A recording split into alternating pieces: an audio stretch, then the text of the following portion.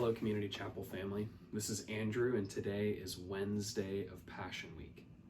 Of all of the days of Passion Week, Wednesday is the day that Mark spends the least amount of time covering in his gospel account, dedicating only 11 verses to this day. And yet, this day is also one that is incredibly crucial for the week, because this is the day upon which Jesus' disciple Judas decided that he would betray Jesus. And the account is recorded in these first 11 verses of chapter 14. Mark chapter 14, verses 1 through 11 says this. It was now 2 days before the Passover and the Feast of Unleavened Bread, and the chief priests and the scribes were seeking how to arrest him by stealth and kill him. For they said, "Not during the feast, lest there be an uproar from the people." And while he was at Bethany in the house of Simon the leper, as he was reclining at table, a woman came with an alabaster flask of ointment of pure nard, very costly, and she broke the flask and poured it over his head. There were some who said to themselves indignantly, "Why was the ointment wasted like that? For this ointment could have been sold for more than 300 denarii and given to the poor." And they scolded her. But Jesus said, "Leave her alone. Why do you trouble her? She has done a beautiful thing to me. For you always have the poor with you, and whenever you want, you can do good for them. But you will not always have me. She has done what she could. She has anointed my body beforehand for burial. And truly I say to you, wherever the gospel is proclaimed in the whole world, what she has done will be told in memory of her." Then Judas Iscariot, who was one of the 12, went to the chief priests in order to betray him to them. And when they heard it, they were glad and promised to give him money. And he sought an opportunity to betray him. Now, the first two and last two verses of this account are the advancement of the plot. We know the story. We know that Jesus had been doing his ministry, that he had been moving toward Jerusalem. We saw on Sunday his triumphal entry into Jerusalem on the back of a donkey.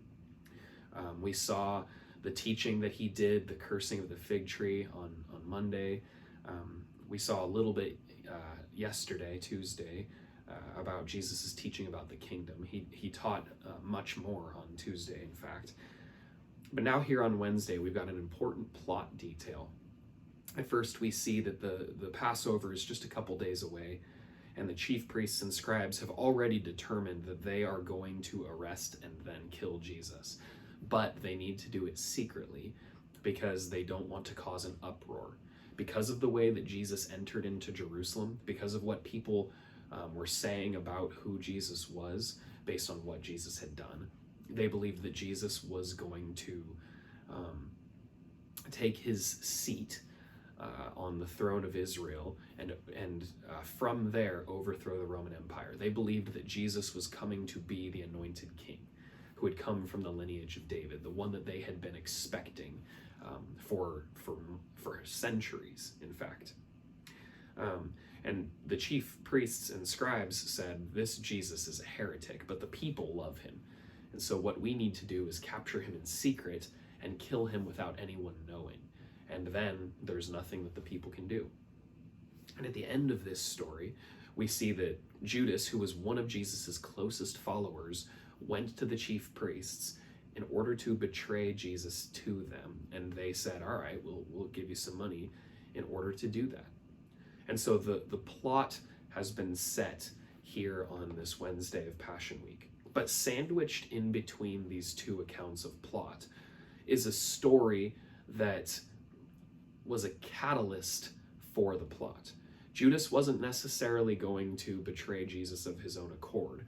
What happened in this story, it would seem from the progression of the narrative, is what inspired and sort of launched Judas into taking those steps. And this is the story of the woman with the alabaster flask, the woman who comes to Jesus when he's reclining at the house of Simon the leper. And she brings this expensive flask filled with a specific kind of ointment. And it was very, very expensive. We're told that it could have sold for more than 300 denarii. 300 denarii would have been 300 days worth of money from labor. Basically, a denarii was a day's wage, essentially, for a laborer. and people wouldn't work on the Sabbath. And so basically 300 denarii was the equivalent of a year's worth of wages.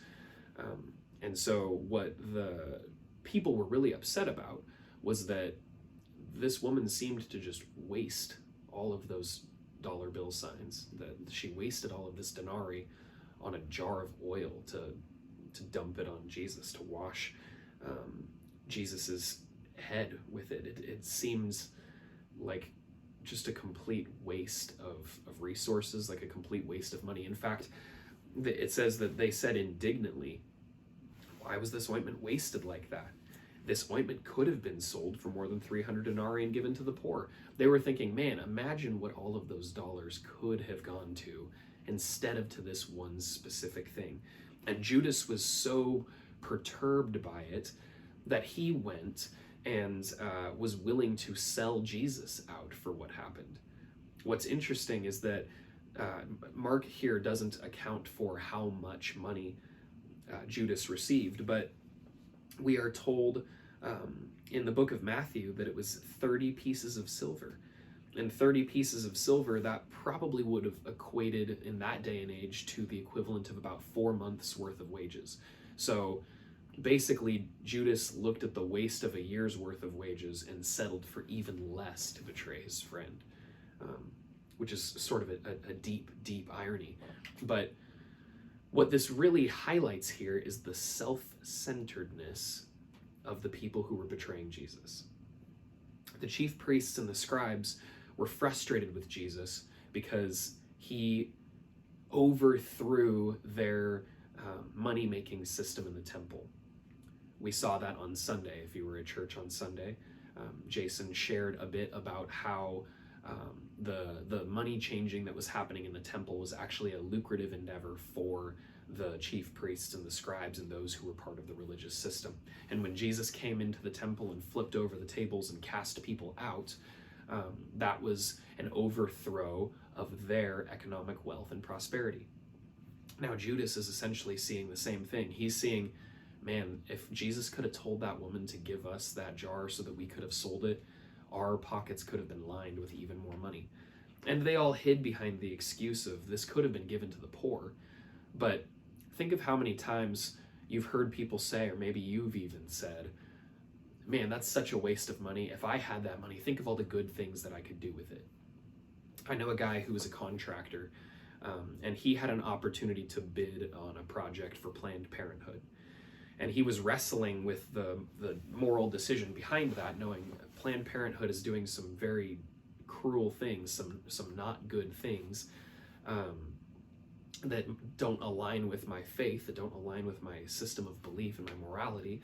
But if I do that job and I get the money, think of all the good things that I can do with that money. Planned Parenthood is going to have to shovel out some of that money, and I can take it and I can do good things with it. And I don't know, I know the guy ended up doing the project. I don't know what he ended up doing with the money. But how often do we find ourselves thinking, man, if I had that money, think of all the good things I could do with it. If I won the lottery, I would give the first 10% to the church. I'd give another 10% to start a nonprofit that helps low-income families in my community. I'd do yada, yada, yada, this, that, and the other thing. And we think of all the things that hypothetically we would or could do if we had that kind of money. What we fail to do is take the money that we actually have and choose to use it in a way that is to give to others. Jesus even says, you'll always have the poor with you. Never will there be a time where you lack opportunity to give to others. And it was almost a backhanded way to say, what was this one jar going to do? When in reality, you have every single day of the rest of your life to choose to give to the poor. And Jesus is highlighting something here that is both telling of those people, Judas and the chief priests and the scribes, and those of us who have struggled with this sort of hypothetical, just hypothetical doing good, but in reality, doing nothing. And he also highlights what this woman had done. He says, leave her alone. Why do you trouble her? She has done a beautiful thing to me. For you always have the poor with you, and whenever you want, you can do good for them, but you will not always have me. She has done what she could. She has anointed my body beforehand for burial. And truly I say to you, wherever the gospel is proclaimed in the whole world, what she has done will be told in memory of her." These words now, this story, have been recorded in this Gospel of Mark, and in the Gospels, and the other Gospel accounts. And so it lives on as a memorial of what she has done. In fact, we're not even told her name, just some random woman. Some chick shows up and dumps some oil on Jesus, and Jesus says, "That was a good thing. We're going to tell about this story forever." It is a different gospel account. The gospel account, I believe, in the book of John, but it might be in Matthew, maybe both. But we are told that she's identified as Mary, the sister of Martha and of Lazarus, Jesus's friend. This is the same Mary who, rather than wait on Jesus hand and foot as her busybody sister Martha had been, this is the same Mary who chose to sit at the feet of Jesus, to listen to his teaching and to worship Jesus as God. This Mary recognized something important. She recognized that Jesus is God, and because of that, Jesus is worthy of her full devotion, her full attention, everything that she could possibly give. Now, this jar, this ointment that she had, this was probably the most prized possession that she had. This was probably the most valuable thing that she had. This is a year's worth of wages in one simple jar. In that day and age, having to work every single day, I mean, it's kind of like getting paid hourly. Like, if you don't show up to your job to get paid hourly, that impacts you in the long run. That affects you in the long run.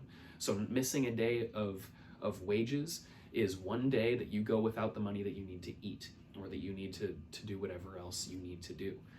And she was willing to give up pretty much all that she would have had, at least a year's worth of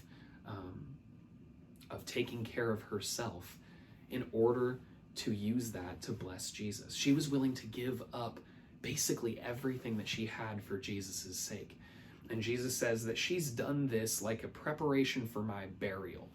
They wouldn't have really understood what Jesus was talking about, but Jesus knew in a couple of days I'm going to die and to be buried. And what Jesus did was give up everything for our sake. Jesus gave up everything, even to the point of his own life, for our sake. And he's saying that Mary has given up everything that she has for my sake.